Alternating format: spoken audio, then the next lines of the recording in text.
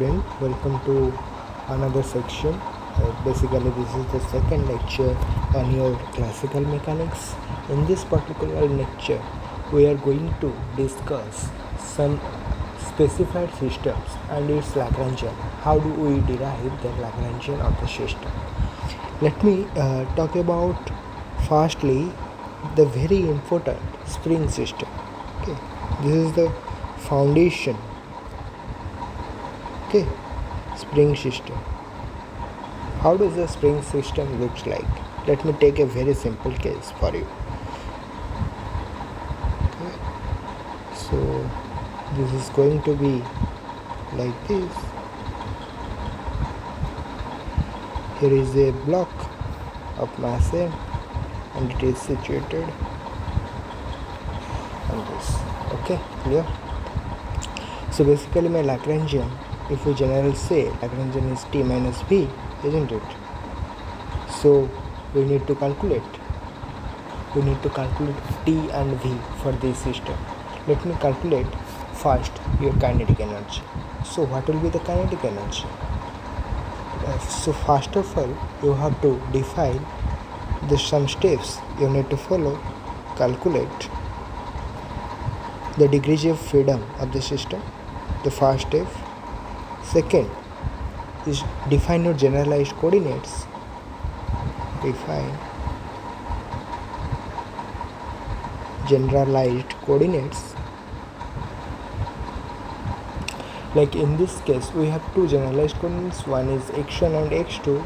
In this particular case, I can say I have two generalized coordinates and I want to define them as x1 and x2. Then my kinetic energy will become how much? Half m x1 dot square plus x2 dot square, isn't it? Yes. Okay. Or if you defined your known coordinates like Cartesian, spherical and cylindrical, then we have to write kinetic energy according to them. So let me write the general expression. I have discussed about it in the previous class. You may refer to that lecture first. Square the h1, h2, h3 are nothing but the scale factors in different coordinate systems. I have discussed about that elaborately in my previous lecture. You can have a reference to that also. And then the most important thing, then you have to consider the constraints of the system.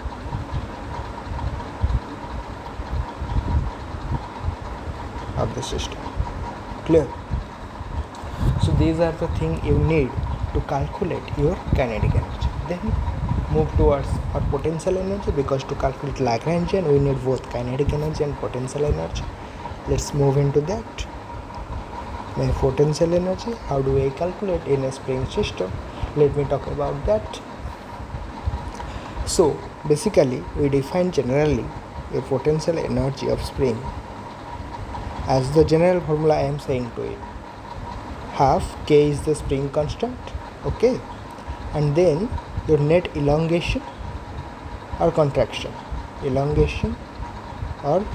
net contraction,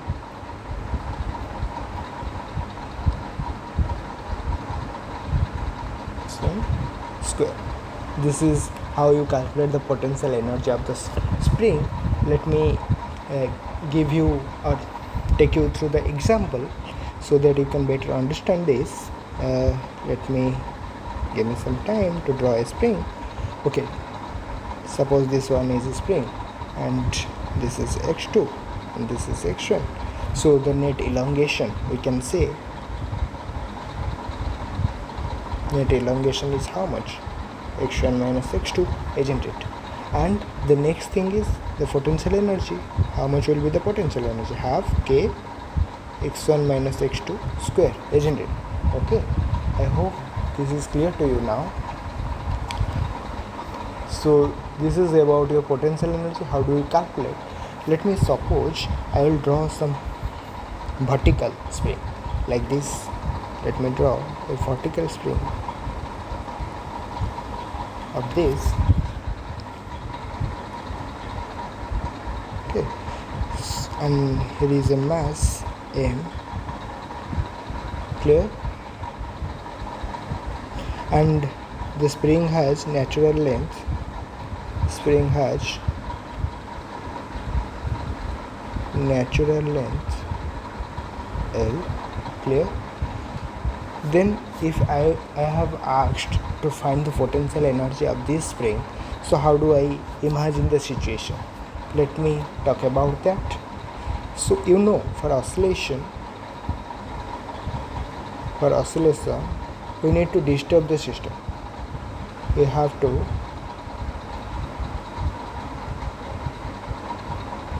disturb the spring by, let's say, by amount x. Let's suppose I elongate the spring. The scenario will be like this.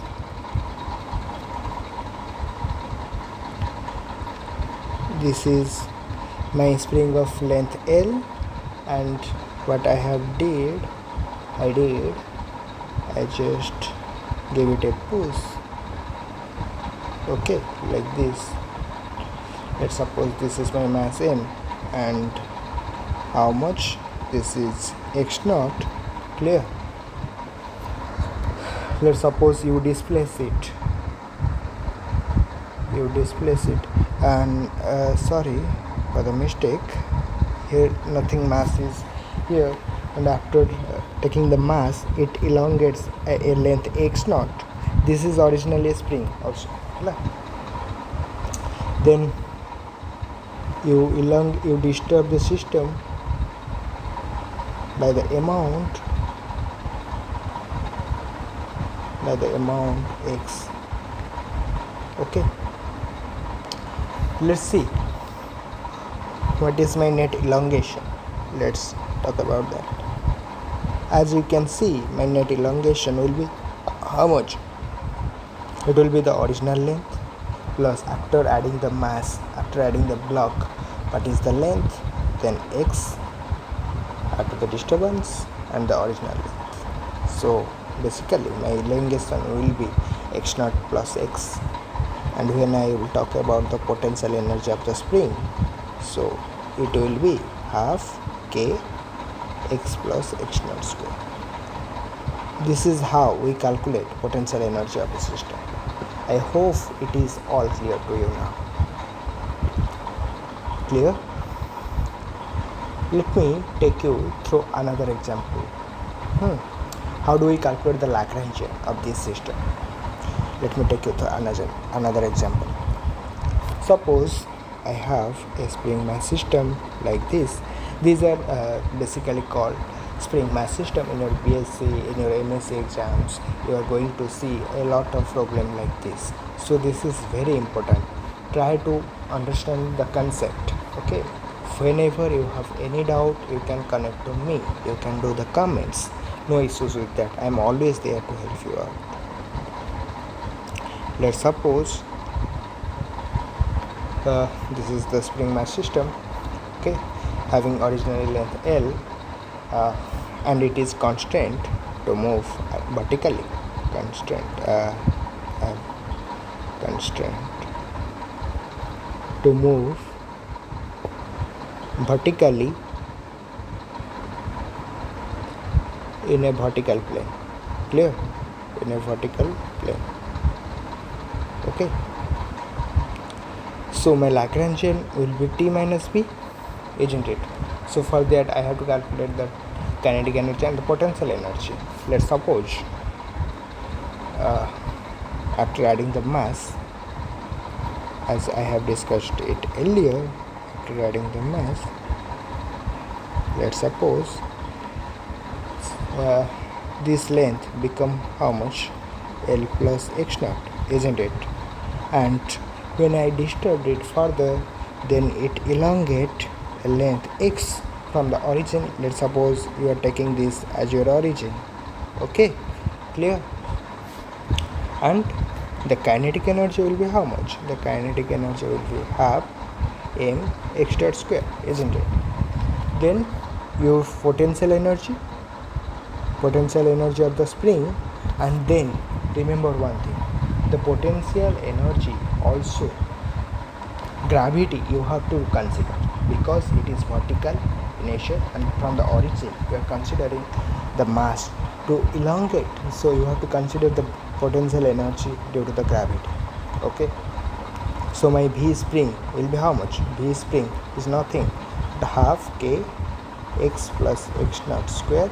And what about your Vg? Vg is my minus mgx. Okay, as I am considering the origin like this, I am considering origin to it. Okay, so what is my Lagrangian of the system then? Lagrangian will be half m x dot square plus half k x plus x naught square minus mgx. This is your answer. Very simple. You have to just look it carefully. Okay, then you can do this. I hope this is now clear to all of you. If you have any doubts, you can always ask them. Okay, this is about a spring mass system. Let me move further and let me discuss another important problem in this scenario, and the problem is the simple pendulum. Most of the cases this question has been asked in many different exams, so let me talk about that. Simple pendulum. Okay, let me draw the diagram of a simple pendulum.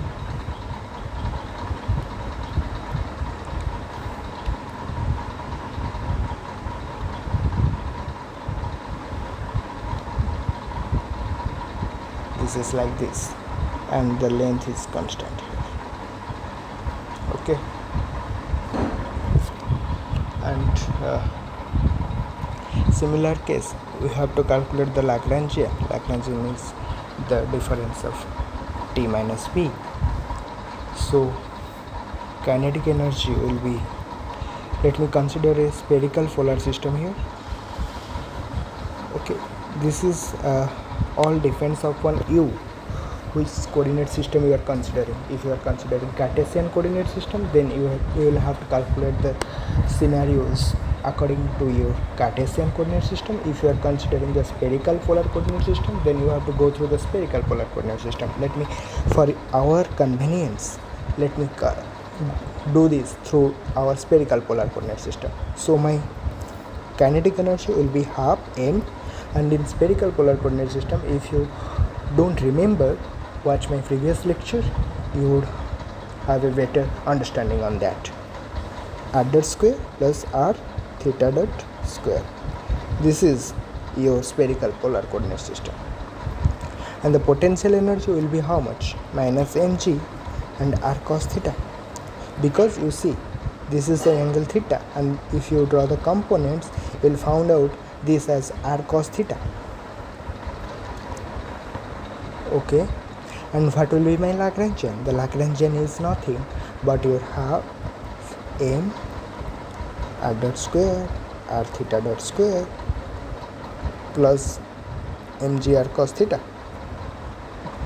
Clear? Okay.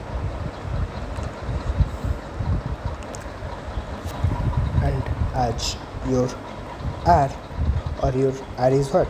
Length is constant here in this case, so you have to consider r dot as 0, because if you take the derivative of a constant, you will get 0. So what will be my final Lagrangian? This will be half m l theta dot square plus mgl cos theta. Remember this expression many times in exams, it has been asked. This is the simple system of a pendulum, and I hope this is clear to you now. In my next lecture, I will be discussing some more systems like spring pendulum system and some other planetary motions. Okay, we will talk about that, and you do watch my lectures and do subscribe to the channel and do share. Thank you for your patience. I hope you enjoyed this session. Thank you.